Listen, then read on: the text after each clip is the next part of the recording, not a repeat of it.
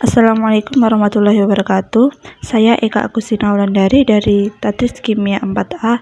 Di video ini saya akan mencoba menjelaskan laju reaksi teori tumbukan dan energi aktivasi untuk memenuhi tugas kimia fisika 2. Reaksi kimia dapat terjadi jika partikel-partikel reaktan saling bertumbukan satu sama lain, tetapi tumbukan yang terjadi tidak semuanya akan menghasilkan zat baru yang berupa hasil reaksi. Zat baru dapat diperoleh dari tumbukan yang berlangsung sempurna. Tumbukan sempurna dinamakan tumbukan efektif. Partikel zat yang paling bertumbukan terkadang juga tidak langsung berubah menjadi zat. Hasil tumbukan tersebut terlebih dahulu membentuk molekul kompleks yang dinamakan molekul kompleks teraktivasi. Selanjutnya, teori tumbukan dan energi aktivasi dapat terjadi apabila yang pertama, suatu reaksi terjadi karena tumbukan antara partikel reaksi. Yang kedua, tidak semua tumbukan menghasilkan reaksi, hanya tumbukan yang efektif yang dapat menghasilkan reaksi. Yang ketiga, energi minimum yang harus dimiliki oleh partikel reaktan sehingga tumbukan yang efektif disebut energi aktivasi. Dan selanjutnya yang nomor 4, laju reaksi sangat bergantung pada frekuensi tumbukan energi partikel reaktan dan arah tumbukan.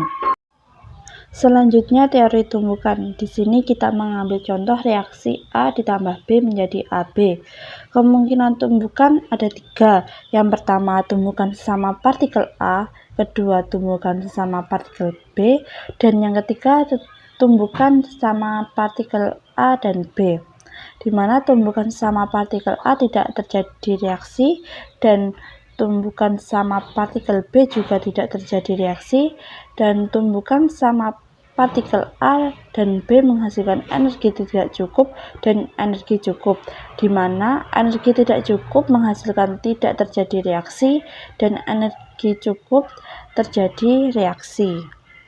Energi aktivasi. Energi aktivasi adalah energi yang dibutuhkan oleh zat-zat bereaksi untuk membentuk keadaan transisi. Dalam kata lain, energi aktivasi adalah energi yang dibutuhkan zat-zat bereaksi untuk bereaksi dan membentuk produk. Dalam suatu reaksi terdapat 3 keadaan, yaitu keadaan awal, keadaan transisi, dan keadaan akhir. Keadaan transisi ialah terbentuknya zat-zat kompleks teraktivasi yang berbeda pada puncak energi. Keadaan transisi selalu mempunyai energi yang lebih tinggi dari keadaan awal dan akhir, dan energi keadaan awal dapat lebih tinggi atau rendah daripada energi keadaan akhir. Selanjutnya adalah energi aktivasi reaksi eksoterm dan energi aktivasi reaksi endoterm. Reaksi eksoterm, bila keadaan awal lebih tinggi, reaksi menghasilkan kalor.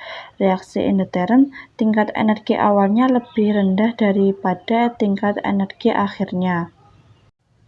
Baik, selanjutnya kita langsung saja kepada contoh.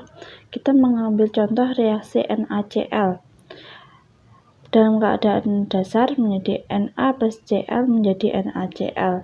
Reaksi tersebut termasuk reaksi eksoterm. Dapat dilihat dari diagram di gambar. Sekian penjelasan saya mengenai laju reaksi, teori tumbukan, dan energi aktivasi.